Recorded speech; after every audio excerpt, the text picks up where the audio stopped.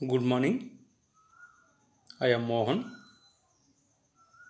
lecturer in Public Administration, Government Degree College, Bellampalli. నేను ఇప్పుడు చెప్పబోయే పాఠ్యాంశం ప్రభుత్వ పాలనా శాస్త్రం, బిఏ సెకండ్ ఇయర్ థర్డ్ సెమిస్టర్లో ఉన్న కంట్రోలర్ మరియు ఆడిటర్ జనరల్ గురించి చెబుతున్నా. మరి కంట్రోలర్ అండ్ ఆడిటర్ జనరల్ భారతదేశానికి స్వాతంత్రం వచ్చిన తర్వాత మరి ఆర్థిక వ్యవహారాలన్నింటినీ సరైన విధంగా పారదర్శకంగా నిర్వహించడం కోసం ప్రత్యేకంగా కంట్రోలర్ మరియు ఆడిటర్ జనరల్ అనే పదవిని ప్రారంభించడం అనేది జరిగింది. కేంద్ర మరియు రాష్ట్రాలు, అదేవిధంగా దేశంలో ఉన్న కేంద్ర పాలిత ప్రాంతాలు ఇట్లాంటి డబ్బుకు సంబంధించి లేదా విత్త అంశాలకు సంబంధించి అంటే ఆర్థిక అంశాలకు సంబంధించి అంశాలన్నింటినీ ఆడిట్ చేసే బాధ్యతను భారత రాజ్యాంగం అనేది కంట్రోలర్ మరియు ఆడిటర్ జనరల్కు అప్పగించడం అనేది జరిగింది. ఇతను రాజ్యాంగపరమైన అధికారిగా మనం పేర్కొంటాం. ఎందుకు? ఇది రాజ్యాంగంలోనే ఇతని యొక్క పాత్రను, నియామకాన్ని పూర్తిగా పేర్కొన్నాం కనుక ఇతడు రాజ్యాంగపరమైన అధికారి. ఇతడు పార్లమెంటుకు, రాష్ట్ర శాసనసభలకు సేవలను అందిస్తున్నప్పటికీ ఇతను పార్లమెంటు అధికారి కాదు. అంటే కేవలం ఇతని యొక్క సేవలు పార్లమెంటుకు, శాసనసభలకు నిరంతరం నివేదికలు అందించడం జరుగుతుంది, కానీ పార్లమెంటు అధికారిక కాదు. అదేవిధంగా భారతదేశం ప్రజాస్వామ్య వ్యవస్థ కనుక భారతదేశంలో ఉన్న ఆర్థిక లావాదేవీలన్నీ జరగడం కరెక్ట్ జరుగుతున్నాయా లేదా అని చూడడం కోసం కంట్రోలర్ ఆడిటర్ జనరల్కు ఒక ప్రత్యేకమైన స్థానాన్ని కల్పించడం అనేది జరిగింది. మరి అంతేకాకుండా మరి ఆవిర్భావం అంటే అసలు కంట్రోలర్ అండ్ ఆడిటర్ జనరల్ అనేది ఎప్పటి నుండి ఉంది, దానికి పూర్వ చరిత్రని గింట మనం పరిశీలిస్తే భారతదేశంలో ఎప్పుడైతే ఈస్ట్ ఇండియా కంపెనీ పరిపాలించడం కోసం 1858లో బ్రిటిష్ రాచరిక వ్యవస్థ చేపట్టిన భారత కార్యాలయంలో ఇంగ్లాండ్లో జరిగిన వ్యయానికి సంబంధించిన ఖాతాలను తయారు చేయడం కోసం అప్పుడు బ్రిటిష్ వారు అకౌంటెంట్ జనరల్ అనే పదవిని ఏర్పాటు చేయడం అనేది జరిగింది.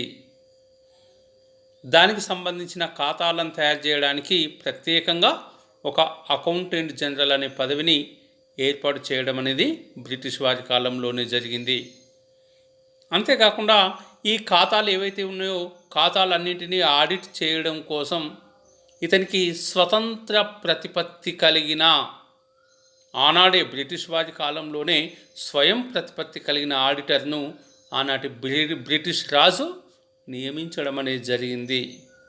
కానీ ఆ తదుపరి ఏమైందంటే ఈ విధంగా ఏర్పాటు అనేది కొంతకాలం మాత్రమే కొనసాగింది, దీర్ఘకాలం కొనసాగలేదు. అకౌంటింగ్ మరియు ఆడిట్ విధులను కలిపి భారత అకౌంటెంట్ జనరల్కు అప్పగించడం జరిగింది. ఇతన్ని మనం ఆడిటర్ జనరల్గా పిలవడం అనేది జరిగింది. ఇది పూర్వ చరిత్ర. అంటే భారతదేశానికి స్వాతంత్రం రాకపూర్వం ఈస్ట్ ఇండియా కంపెనీలో అప్పటి దానికి అనుగుణంగా బ్రిటిష్ వారు ఏర్పాటు చేసిన పద్ధతిని ఇదిగా మనం పేర్కొంటాం.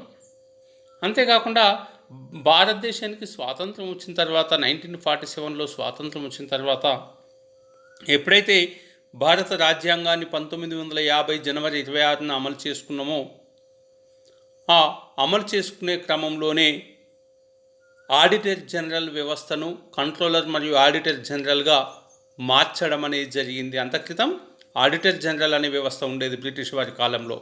దాన్ని మార్చి రాజ్యాంగంలో కంట్రోలర్ అండ్ ఆడిటర్ జనరల్ హోదాగా మార్చడం అనేది జరిగింది. మరియు ఇతని యొక్క హోదా గింట మనం చూస్తే భారతదేశంలో ఏదైతే అత్యున్నతమైన కోర్టులు ఉన్నాయో సుప్రీంకోర్టుల జడ్జీలతో సమానమైన హోదాను కల్పించి ఒక రాజ్యాంగబద్ధమైన అధికారిగా ఈ చట్టం ఇతన్ని పేర్కొనడం అనేది జరిగింది. ఈ విధంగా సుప్రీంకోర్టు జడ్జితో సమానమైన హోదాను కల్పించడం అనేది జరిగింది. అంతేకాకుండా మరి రాజ్యాంగంలో కంట్రోలర్ ఆడిటర్ యొక్క స్థానం ఏముంది అని గిట్ట మనం పరిశీలన చేస్తే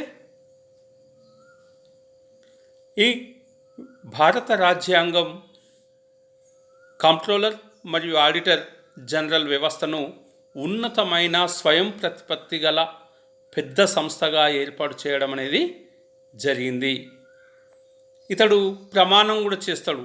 అంటే ఎప్పుడైతే నియమించినప్పుడు భారత రాజ్యాంగాన్ని చట్టాలను పరిరక్షిస్తానని, అదేవిధంగా విధులన్నింటినీ నిష్పక్షపాతంగా ఎలాంటి భయానికి గురి కాకుండా నిర్వహిస్తానని ప్రమాణం పదవిని చేపట్టే ముందే కంట్రోలర్ అండ్ ఆడిటర్ జనరల్ చేయడానికి అవకాశం అనేది ఉంది.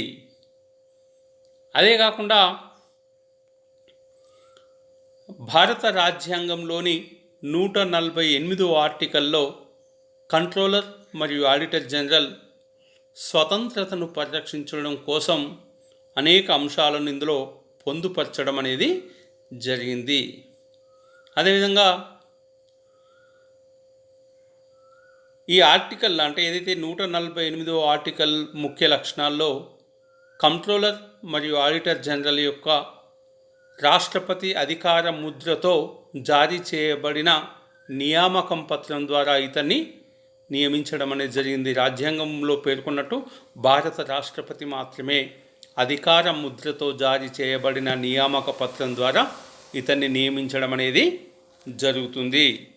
అదేవిధంగా పార్లమెంటు నందలి ఉభయ సభలలో చర్చ అనంతరం అత్యధిక సభ్యుల ఆమోదం పొందిన తర్వాత వారిలో 2/3 మంది సభ్యులు తీర్మానాన్ని ఆమోదించి రాష్ట్రపతి అదే సమావేశాల కాలంలో తెలిపితే అప్పుడు రాష్ట్రపతి ఆమోదం పొందితే మాత్రమే ఇతన్ని తొలగించడానికి అవకాశం ఉంది. అంటే ఒక కంట్రోలర్ అండ్ ఆడిటర్ జనరల్ను సాధారణంగా తొలగించడం అనేది సాధ్యం కాదు. ఉభయ సభలలో సభ జరగాలి, అత్యధిక సంఖ్యాకుల ఆమోదం పొందాలి, 2/3 మంది సభ్యులు తీర్మానించి ఆమోదిస్తేనే అప్పుడు రాష్ట్రపతి ఆమోదం పొందిన తర్వాత మాత్రమే అతన్ని తొలగించడం సాధ్యమవుతుంది. ఇతడు అసమర్థుడు, దుష్ప్రవర్తన కలిగినవాడు అని అయినప్పుడు మాత్రమే అతన్ని నేర నిరూపణ చేసి సాక్ష్యాలు ఉంటే అవన్నీ చూసి మాత్రమే ఆమోదిస్తేనే మాత్రమే అతన్ని తొలగించడానికి అవకాశం ఉంది. ఇట్లాంటి పద్ధతి అనేది పార్లమెంట్లో పాటించాల్సిన అవసరం అనేది ఉంటుంది తొలగింపులో. అదేవిధంగా ఇతని సర్వీసు నిబంధనలకు కూడా భద్రత కల్పించడం జరిగింది. అంటే ఏవైతే రాజ్యాంగంలో పేర్కొన్న నిబంధనలు ఇతన్ని నియమించిన తర్వాత ఇతనికి అనుగుణంగా మార్చడానికి వీలు లేదు. ఏవైతే రాజ్యాంగంలో పేర్కొన్నారో వాటిని మార్చడానికి అవకాశం అనేది లేదు. అదేవిధంగా ఇతను పదవీ విరమణ చేసిన తర్వాత లేదా పదవి నుండి తొలగించబడిన తర్వాత కూడా భారత ప్రభుత్వంలో కానీ లేదా ఏ ఇతర రాష్ట్ర ప్రభుత్వంలో కానీ ఇతర పదవులను నిర్వహించడానికి అవకాశం అనేది లేదు. అంటే అత్యున్నతమైన పదవులు కనుక ఇందులో నిర్వహించిన వాళ్ళు ఎవరు కూడా వేరే ఏ పదవుల్లో చేయడానికి అవకాశం అనేది లేదు. అంతేకాకుండా ఇతని కార్యాలయ పాలన వ్యయాన్ని అంతా కూడా భారత సంఘటిత నిధి నుండి మాత్రమే చెల్లించడం అనేది జరుగుతుంది. అంటే రాష్ట్రపతి ఆధ్వర్యంలో ఉన్న సంఘటిత నిధి నుండి మాత్రమే ఇతని కార్యాలయ పాలన వ్యవహారాలకు సంబంధించిన ఖర్చునంతా కూడా చెల్లించడం అనేది జరుగుతుంది. అదేవిధంగా ఇతని యొక్క నియామకం, పదవీకాలం, తొలగింపు ఇందాకే మళ్ళీ చెప్పుకున్నాం. కానీ రాజ్యాంగం ప్రకారం ఇందాక మనం చెప్పుకున్నట్టు కంట్రోలర్ అండ్ ఆడిటర్ జనరల్ను రాష్ట్రపతి అధికార ముద్రతో జారీ చేయబడిన నియామక పత్రం ద్వారా నియమిస్తారు అని మనం ముందే చెప్పుకోవడం జరిగింది. ఇతను ఆ తదుపరి పదవీ స్వీకరణ చేసి పదవీ స్వీకారం కూడా చేయడం అనేది జరుగుతుంది, ప్రమాణ స్వీకారం కూడా చేయడం జరుగుతుంది. మరి ఇతని పదవీ కాలం ఎంత ఉంటుంది అని గింట మనం పరిశీలన చేస్తే ఇతని పదవీ కాలం అతను పదవిలో ప్రవేశించినప్పటి నుండి 6 సంవత్సరాలు లేదా 65 సంవత్సరాల వయసు వచ్చే వరకు కూడా అతడు పదవిలో కొనసాగడానికి అవకాశం ఉంది. అంటే ఒక ప్రభుత్వ ఉద్యోగి ఎట్లుంటుందో 6 సంవత్సరాల కాలపరిమితి తప్పనిసరిగా ఉండాలి. అట్లా కాకుండా 60 సంవత్సరాల వరకు ఇంకా వయసు వస్తే అప్పటిదాకా కూడా కొనసాగడానికి అవకాశం ఉంది. మరి అతన్ని తొలగించే పద్ధతి ఏ విధంగా ఉంది అంటే ఇందాకనే మనం చెప్పుకున్నాం. సుప్రీంకోర్టు జడ్జిని పదవి నుండి తొలగించడానికి ఏవైతే కారణాలు ఉన్నాయో, ఏదైతే పద్ధతి ఉందో అదే కారణాల రీత్యా ఆ పద్ధతి లాగానే ఇతన్ని కూడా తొలగించడం అనేది జరుగుతుంది. ఎందుకంటే ఇతడు అసమర్థుడు లేదా దుష్ప్రవర్తన కలిగిన వాడు అని రుజువైనప్పుడు మాత్రమే పార్లమెంట్లోని 2 సభల్లో చర్చ జరిగిన తర్వాత పాల్గొన్న వారిలో 2/3 వంతు మంది సభ్యులు ఆమోదించి రాష్ట్రపతి ఆమోదం పొందిన తర్వాత మాత్రమే ఇతన్ని తొలగించడం అనేది సాధ్యమైంది. మరి ఇతని యొక్క సర్వీస్ నిబంధనలు ఇంకేమేమి నిబంధనలు ఉన్నాయి అంటే ఇతని కేంద్ర ప్రభుత్వంలో కార్యదర్శి హోదాలో పనిచేసే అఖిల భారత సర్వీసుకు చెందిన అధికారికి గల సర్వీస్ నిబంధనలు మాదిరిగానే ఇతనికి కూడా సర్వీస్ నిబంధనలు ఉండడం అనేది జరుగుతుంది. ఎవరైతే భారతదేశంలో all India services IAS, IPS, IFS లాంటి సర్వీసులో ఉన్న అధికారులకు ఎట్లాంటి సర్వీసు నిబంధనలు ఉన్నాయో అదేవిధంగా కంట్రోలర్ అండ్ ఆడిటర్ జనరల్ కూడా సర్వీసు నిబంధనలు ఉండడం అనేది జరిగింది. వాటి ప్రకారమే నిర్వహించుకోవాల్సి ఉంటుంది. అదేవిధంగా ఇతడు పదవి విరమణ చేసిన తర్వాత కూడా ఇతనికి పెన్షన్ వచ్చే సదుపాయం ఉంటుంది. పెన్షన్ ఇతని జీతం అంతా కూడా సుప్రీంకోర్టు జడ్జి జీతానికి సమానంగా ఉంటుంది. సుప్రీంకోర్టులో ఒక జడ్జికి ఎంత వేతనం ఉంటుందో ఆ సమానమైన స్థాయి జీతాన్ని ఇతని కూడా గవర్నమెంట్ ఇవ్వడం అనేది జరుగుతుంది. అంతేకాకుండా ఇతని జీతభత్యాలు కానీ సర్వీసు నిబంధనలకు రాజ్యాంగం నుంచి రక్షణ కల్పించడం అనేది జరుగుతుంది. ఇతను పదవిలో ప్రవేశించిన తర్వాత నిబంధనలు మార్చడానికి అవకాశం ఉండదు. అదేవిధంగా ఇతనికి ఇస్తున్న జీతం అంతా కూడా ఏ నిధి నుంచి చెల్లిస్తారంటే భారత సంఘటిత నిధి నుండి చెల్లించడం జరుగుతుంది. చెల్లించడానికి ప్రత్యేకంగా పార్లమెంటు యొక్క ఆమోదం అవసరం లేదు. ఇతని కార్యాలయ ఖర్చులు కానీ ఇతని వేతనాలు కానీ ఇవన్నీ కూడా భారత సంఘటిత నిధి నుండి మాత్రమే చెల్లించడం జరుగుతుంది. మరి ఇంత అత్యున్నత అధికారం కలిగిన వ్యక్తి యొక్క విధులు మరియు అధికారాలను గిట్ట మనం పరిశీలన చేస్తే పార్లమెంటు ఆమోదించిన కంట్రోలర్ అండ్ జనరల్కి సంబంధించిన అధికారాలు విధులన్నీ కూడా సర్వీసు నిబంధనల చట్టం 1971లో పేర్కొన్నట్టు అవన్నీ కూడా నిర్దిష్టంగా పేర్కొనడం అనేది జరిగింది. అంటే ఇది చట్టం 1971లో చేసిన విధులు, అధికారాలు మరియు సర్వీసు నిబంధనల చట్టం. దీంట్లో అధికారాలన్నీ కూడా నిర్దిష్టంగా పేర్కొనడం అనేది జరిగింది. మరి అంతేకాకుండా కేంద్ర ప్రభుత్వంలోని కొన్ని శాఖలలో ఆడిటర్ జనరల్ నుండి ఖాతాలను, అకౌంట్స్ రూపొందించే బాధ్యతను ఇతని నుండి తొలగించడం జరిగింది. ఇంత క్రితం అన్ని శాఖలు ఉండే, ఆ తదుపరి కొన్ని శాఖలలో ఆడిటర్ను ఖాతాలలో అకౌంట్ అంటే C&AG నుండి కొన్ని తప్పించడం అనేది జరిగింది. ఎందుకంటే ఆడిట్ నుండి అకౌంట్ను వేరుపరిచే కార్యక్రమం అనేది కేంద్ర స్థాయిలో 1976 నాటికి కేంద్ర ప్రభుత్వం పూర్తి చేసింది. అంత క్రితం అకౌంట్, ఆడిట్ రెండు ఒకే కాడ ఉండేది. 1976 వరకు కేంద్ర ప్రభుత్వమే వేర్వేరుగా చేయడం అనేది జరిగింది. ప్రతి రాష్ట్ర ప్రభుత్వం యొక్క మరియు శాసనశాఖ కలిగిన కేంద్రపాలిత ప్రాంతాల యొక్క వార్షిక ఖాతాలు కానీ, కేంద్రపాలిత ప్రాంతాల యొక్క వార్షిక ఖాతాలు కానీ, రాష్ట్రాల వార్షిక ఖాతాలు కానీ విడివిడిగా రూపొందించి సంబంధిత గవర్నర్ కానీ పాలనాధికారి కానీ సమర్పించే బాధ్యత కంప్ట్రోలర్ మనీ అండ్ ఆడిటర్ జనరల్కి ఉంది. ఎందుకంటే ప్రతి రాష్ట్ర ప్రభుత్వం యొక్క ఖాతాలు కలిగి ఉంటుంది, కేంద్రపాలిత ప్రాంతాలు కలిగి ఉంటుంది. మరి వీళ్ళందరి వేరువేరుగా తీసేసి ఒక రాష్ట్రం యొక్క ఖాతాలను పరిశీలించిన తర్వాత గవర్నర్కు సమర్పించడం జరుగుతుంది. అదేవిధంగా కేంద్రపాలిత ప్రాంతాలకు లెఫ్టినెంట్ గవర్నర్లు కానీ ఎవరికి ఉంటే వారికి ఆ నివేదికను సమర్పించడం అనేది జరుగుతుంది. ఇది అధికారాలు విధులుగా పేర్కొనడం అనేది జరుగుతుంది. అంతేకాకుండా కేంద్రం మరియు రాష్ట్రాల ఖాతాలను ఏ విధంగా రూపొందించాలో నిర్ధారించే అధికారం కూడా రాజ్యాంగం కంప్ట్రోలర్ మరియు ఆడిటర్ జనరల్కే కల్పించడం అనేది జరిగింది. ఎందుకంటే ఖాతాల రూపకల్పనలో కేంద్రీకృత వ్యవస్థ ఉండాలి, ఒకే రకమైన పద్ధతులు ఉండాలనే ఉద్దేశంతో ఖాతాల తయారీని కానీ ఏకరూపకత పొదుపును తీసుకురావడం కోసం కేంద్ర రాష్ట్ర ప్రభుత్వ ఖాతాల విషయంలో కంప్ట్రోలర్ ఆడిటర్ జనరల్కు సాంకేతిక నిపుణతను, వార్షిక బడ్జెట్ రూపకల్పన ఇవన్నింటిని కూడా ఉపయోగించుకొని సలహాలు ఇవ్వడం అనేది జరుగుతుంది, ఒకే రకంగా ఉండడం అనేది జరుగుతుంది.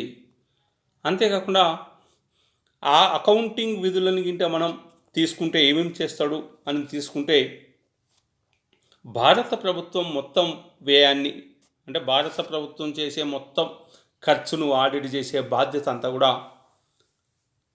కంప్ట్రోలర్ అండ్ ఆడిటర్ జనరల్కే ఉండడం అనేది జరిగింది. ఒక కేంద్ర ప్రభుత్వానికి సంబంధించిన ఖర్చులు వ్యయమే కాదు, వసూళ్లే కాదు, రాష్ట్ర ప్రభుత్వాలు అదేవిధంగా కేంద్రపాలిత ప్రాంతాలకు ఇట్లా కేంద్రం, రాష్ట్రాలు, కేంద్రపాలిత ప్రాంతాల యొక్క వసూళ్ళు, ఖర్చులు, వ్యయాలను అన్నింటినీ కూడా ఆడిట్ చేసే బాధ్యత కంప్ట్రోలర్ అండ్ ఆడిటర్ జనరల్కే ఉండడం అనేది జరిగింది. అంతేకాకుండా కేంద్ర లేదా రాష్ట్ర ప్రభుత్వాలు గ్రాంట్ల ద్వారా కానీ లేదా ఇతర రుణాల ద్వారా కానీ అధిక ధనాన్ని అందించే సంస్థల వ్యయాన్ని, వసూళ్లను ఆడిట్ చేసే బాధ్యతను కూడా ఇతను కలిగి ఉంది. ఎందుకంటే ఈనాడు రాష్ట్ర ప్రభుత్వాలు కానీ కేంద్రం కానీ రాష్ట్రాల దగ్గర డబ్బు లేకుంటే కేంద్రం నుంచి గ్రాంట్ ద్వారా తీసుకునే అవకాశం ఉంది. ఒకవేళ ఏదైనా పథకాల అమలులో డబ్బులు లేకుండా ఉంటే రుణాల ద్వారా కూడా సమీకరించుకునే అవకాశం రాష్ట్ర ప్రభుత్వాలకు ఉంది.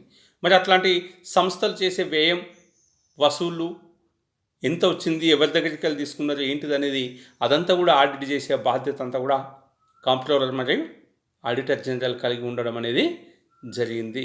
ఈ విధంగా కేంద్రం మరియు రాష్ట్రాలు అదేవిధంగా కేంద్రపాలిత ప్రాంతాల యొక్క విత్త ఖాతాలను, ఉపకల్పన ఖాతాలన్నింటిని కూడా తయారు చేయడం అనేది ఇతని యొక్క బాధ్యతగా పేర్కొనడం అనేది జరుగుతుంది.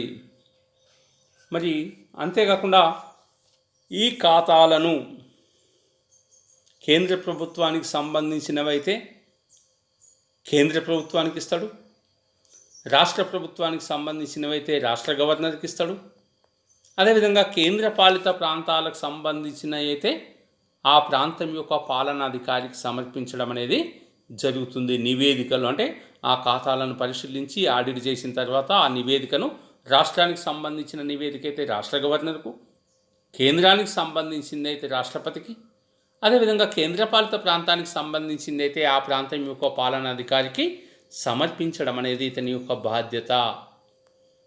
అంతేకాకుండా కేంద్ర, రాష్ట్ర ప్రభుత్వాలు ప్రతి సంవత్సరం వార్షిక బడ్జెట్ను రూపొందిస్తుంది. మరి రూపొందించడానికి కావలసిన అవసరమైన సమాచారాన్ని కూడా కేంద్ర ప్రభుత్వానికి, రాష్ట్ర ప్రభుత్వానికి, అదేవిధంగా కేంద్రపాలిత ప్రాంతాలకు కూడా ఆడిటర్ జనరలే అందించడం అనేది జరుగుతుంది, సమాచారాన్ని స్వీకరించడం జరుగుతుంది కేంద్రం కానీ రాష్ట్రం కానీ. అదేవిధంగా కేంద్ర రాష్ట్ర ప్రభుత్వాలు ఏ విధంగా ఖాతాలు తయారు చేయాలో కూడా ఇతడే నిర్దేశించడం జరుగుతుంది. ఇతడు చెప్పినట్టు మాత్రమే కేంద్రం కానీ రాష్ట్రాలు కానీ ఖాతాలను నిర్వహించడం జరుగుతుంది. ఇందాక చెప్పినట్టు కేంద్ర రాష్ట్ర అన్నిటి కూడా ఖాతాలన్నీ రూపొందించిన తర్వాత కేంద్రం అయితే రాష్ట్రపతికి, రాష్ట్రాన్ని అయితే గవర్నర్కు, కేంద్రపాలిత ప్రాంతాన్ని అయితే పాలనాధికారికి సమర్పించడం అనేది జరుగుతుంది. మరి ఇంతే కాకుండా అకౌంటింగ్ విధులు అనుకున్నాం ఇందాక, ఆడిట్ విధులు కూడా ఉన్నాయి. అంటే కంట్రోలర్ అండ్ ఆడిటర్ జనరల్ యొక్క ప్రధాన విధి ఆడిట్. పేర్లోనుంది controller and auditor general, audit చేయడం. మరి ప్రభుత్వ ఖాతాల ఖచ్చితత్వాన్ని నిర్ధారించి అన్ని విత్త లావాదేవీలు రికార్డులు చేయబడి ఖాతాలలో పొందుపరచబడేటట్లు నిర్ధారించుకోవడం అనేది ఆడిట్ యొక్క ప్రాథమిక విధి. ఎందుకంటే ఎంత ఖర్చు అవుతుందో ఆ ప్రతి ఖర్చును కూడా లావాదేవీలుగా రికార్డులు చేయబడి ఉండాలి. ఆయా ఖాతాలలో అవన్నీ కూడా పొందుపరిచే విధంగా చూడాల్సిన బాధ్యత, నిర్ధారించుకోవాల్సిన బాధ్యత అంతా కూడా ఆడిటర్ యొక్క ప్రాథమిక ఉన్నాయా లేవా, చేసినరా లేదా, ఎక్కడైనా ఖర్చు పెట్టి కూడా రికార్డులకు ఎక్కకుండా ఉందా, పెట్టిన ప్రతి ఖర్చు కూడా రికార్డులో ఉందా లేదా అని చూడాల్సిన బాధ్యత ఆడిట్ యొక్క ప్రాథమిక విధి. అదేవిధంగా రాజ్యాంగ పరిధిలో ఉన్న సంస్థలు ఏవైనా విత్త విషయాలను కానీ లేదా రాజ్యాంగబద్ధంగా పార్లమెంటు చట్టం ప్రకారం, రాష్ట్ర శాసనసభల చట్టం ప్రకారం కానీ, నియమాల ప్రకారం, ప్రభుత్వ ఆజ్ఞల ప్రకారం నిర్వహిస్తున్నాయా లేదా అని పరిరక్షించే సంస్థ కంట్రోలర్ అండ్ ఆడిటర్ జనరల్ వ్యవస్థ. ఎందుకంటే దేశ మొత్తానికి అత్యున్నతమైన శాసనం రాజ్యాంగం. మరి కేంద్ర ప్రభుత్వం చేసినా, రాష్ట్ర ప్రభుత్వం చేసినా, కేంద్రపాలిత ప్రాంతాలు చేసినా అవన్నీ కూడా రాజ్యాంగ చట్టం ప్రకారం మాత్రమే ఉండాలి, పార్లమెంటు చట్టం ప్రకారం మాత్రమే ఉండాలి. రాష్ట్రాల్లో ఏదైనా ఖర్చు పెడితే రాష్ట్ర శాసనసభల చట్టం ప్రకారం మాత్రమే ఉండాలి. ప్రభుత్వం ఆజ్ఞ ప్రకారం మాత్రమే ఖర్చు చేస్తుందా లేదా అని పరిశీలించే అధికారం అనేది కంట్రోలర్ ఆడిటర్ జనరల్ ఉంది. అందులో పెట్టిన ప్రతి ఖర్చు కూడా చట్టం ప్రకారం, శాసన ప్రకారం మాత్రమే ఉండాలి. అది ఉందా లేదా అనేది పరిరక్షించడం అనేది ఇతని యొక్క బాధ్యత.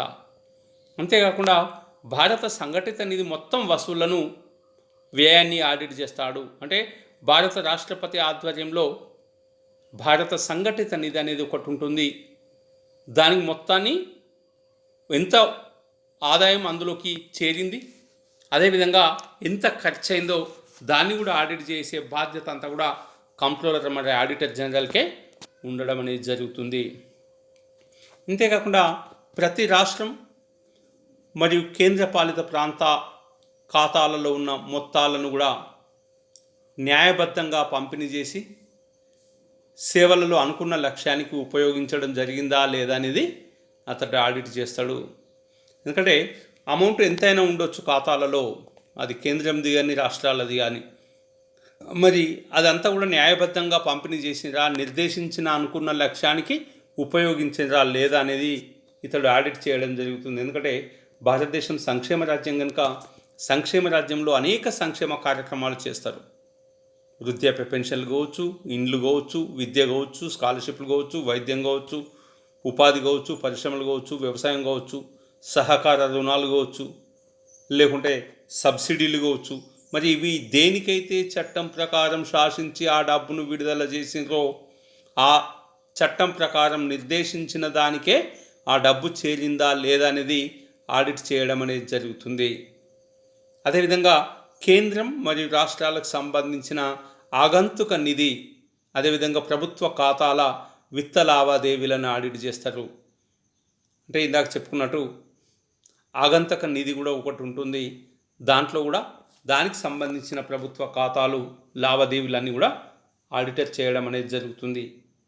అదేవిధంగా కేంద్రం లేదా రాష్ట్ర ప్రభుత్వానికి సంబంధించిన ఏ శాఖ యొక్క వాణిజ్య, ఉత్పత్తి, లాభ నష్టాల ఖాతాలన్నింటినీ కూడా వివరంగా ఆడిట్ చేయడం జరుగుతుంది. అంటే రాష్ట్ర ప్రభుత్వానికి సంబంధించిన సంస్థలు కావచ్చు, పరిశ్రమలు కావచ్చు, వ్యవస్థలు కావచ్చు, అంటే ఉత్పత్తి చేసే వాణిజ్య ఉత్పత్తి చేసే ప్రభుత్వ రంగ సంస్థలన్నింటిపైన కూడా వాటి యొక్క లాభ నష్టాల ఖాతాలను ఆడిట్ చేయడం అనేది ఇతని యొక్క బాధ్యతగా పేర్కొంటాం. అంతేకాకుండా కేంద్ర ప్రభుత్వం కానీ రాష్ట్ర ప్రభుత్వం అందించే ఆర్థిక సహాయంతో నిర్వహించబడే సంస్థల వసూళ్లను కూడా వ్యయాన్ని ఆడిట్ చేస్తాడు. అంటే కేంద్ర ప్రభుత్వం ద్వారా పొందిన కానీ రాష్ట్ర ప్రభుత్వం అందించే ఆర్థిక సహాయంతో నిర్వహించబడే సంస్థలు కానీ ఎన్నైతే సంస్థలు ఉన్నాయో ఆ సంస్థలు కేంద్రం ఇచ్చిన ప్రతి డబ్బు కూడా సరైన ఖర్చు చేసిండ్రా లేదా అనేది కూడా ఆడిట్ చేయడం జరుగుతుంది. ఎందుకంటే ప్రభుత్వంలో అనేక విభాగాలు ఉంటాయి.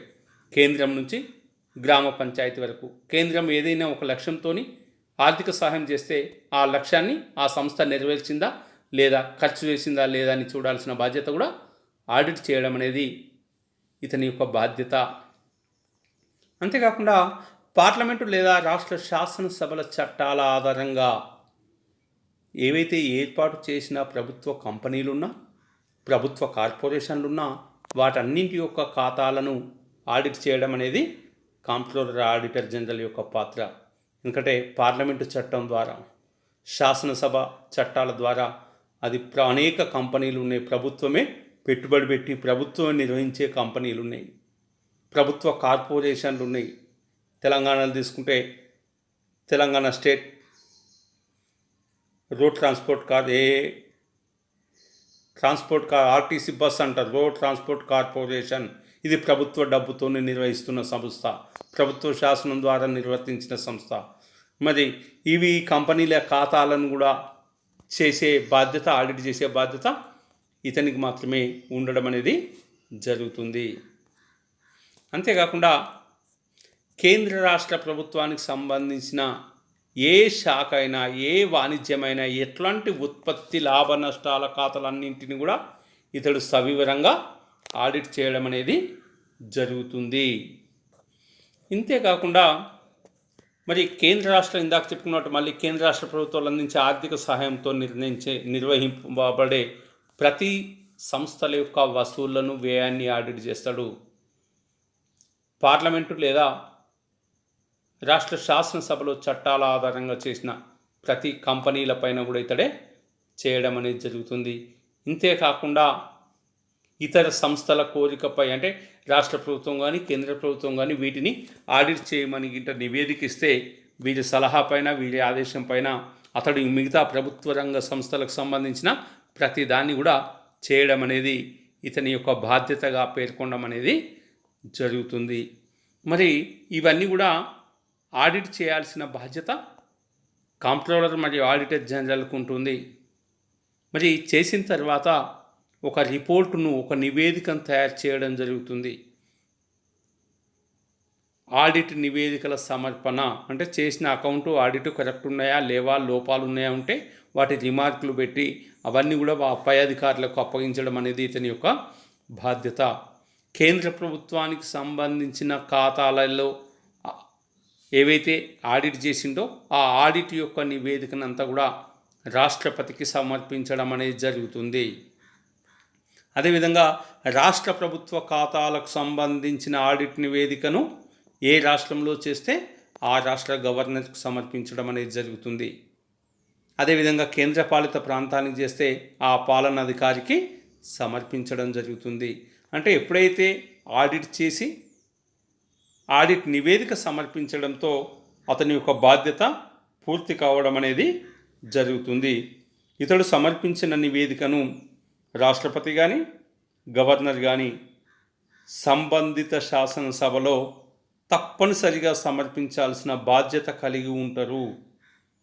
అటు కేంద్రమైతే పార్లమెంట్లో రాష్ట్రపతి సమర్పిస్తాడు, రాష్ట్రంలోనైతే శాసనసభలో ముఖ్యమంత్రి వాళ్ళు అంటే గవర్నర్ వాళ్ళు ఇతడిచ్చిన నివేదికను ప్రవేశపెట్టడం అనేది జరుగుతుంది.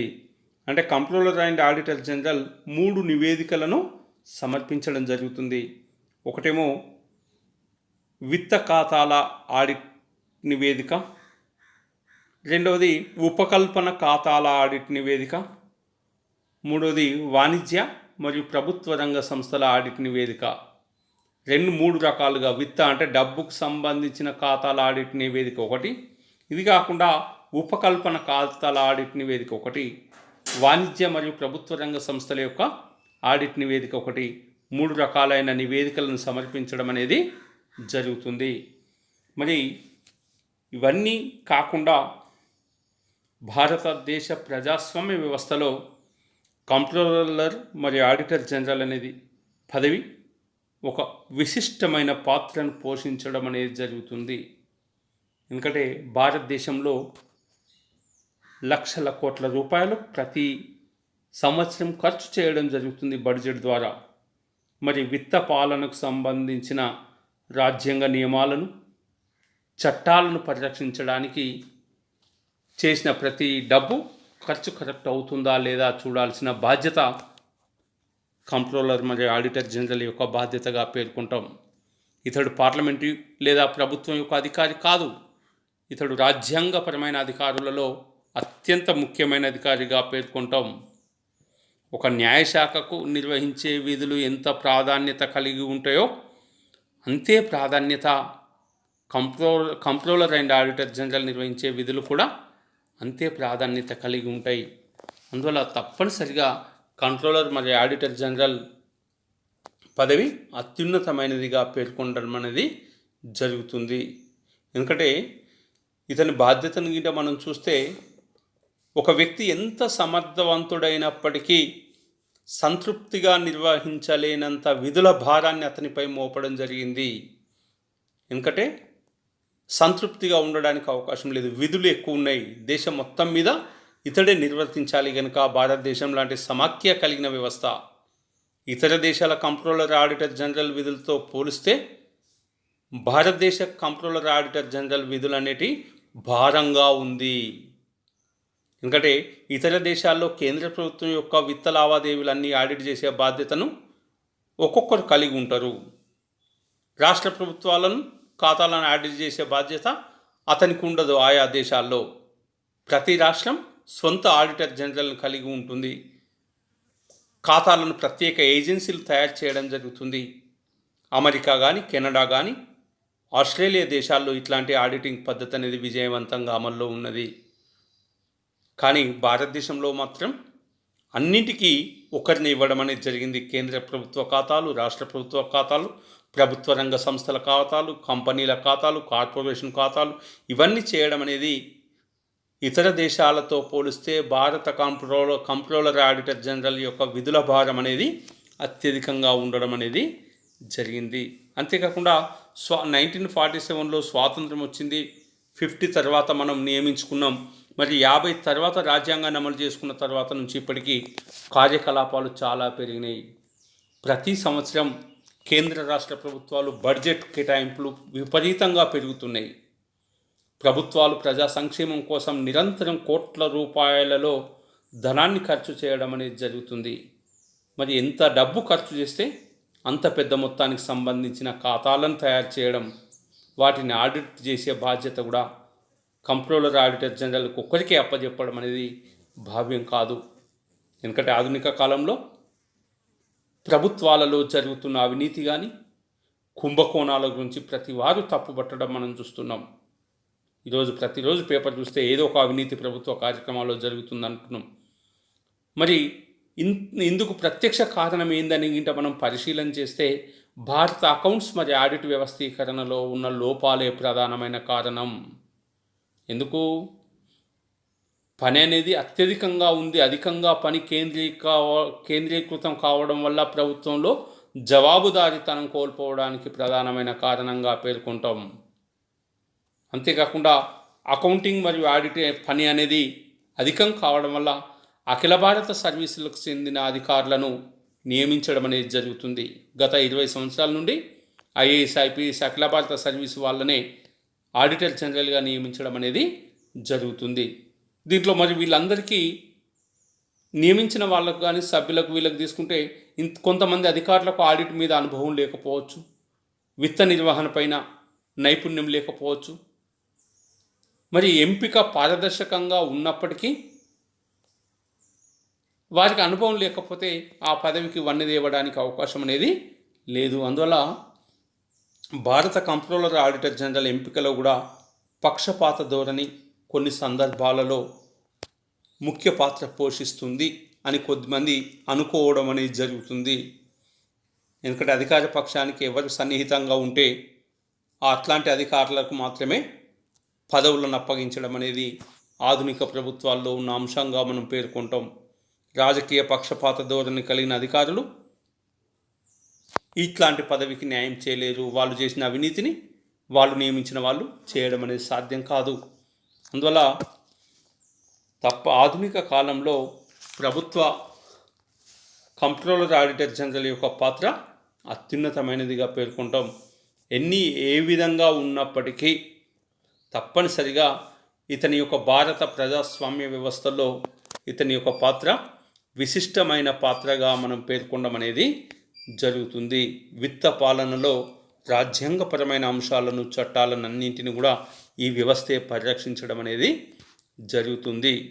భారతదేశంలో ఇప్పటివరకు ఆడిట్ నివేదికలు అంటేనే బోఫోర్స్ కుంభకోణం కానీ, ప్రభుత్వ రంగ సంస్థల పెట్టుబడుల ఉపసంహరణ కానీ, ఢిల్లీలో ప్రభుత్వ వసతులకు సంబంధించిన కేటాయింపు కానీ, అనేక రకాలైన కుంభకోణాలన్నీ కూడా జ్ఞాపకం వస్తాయి.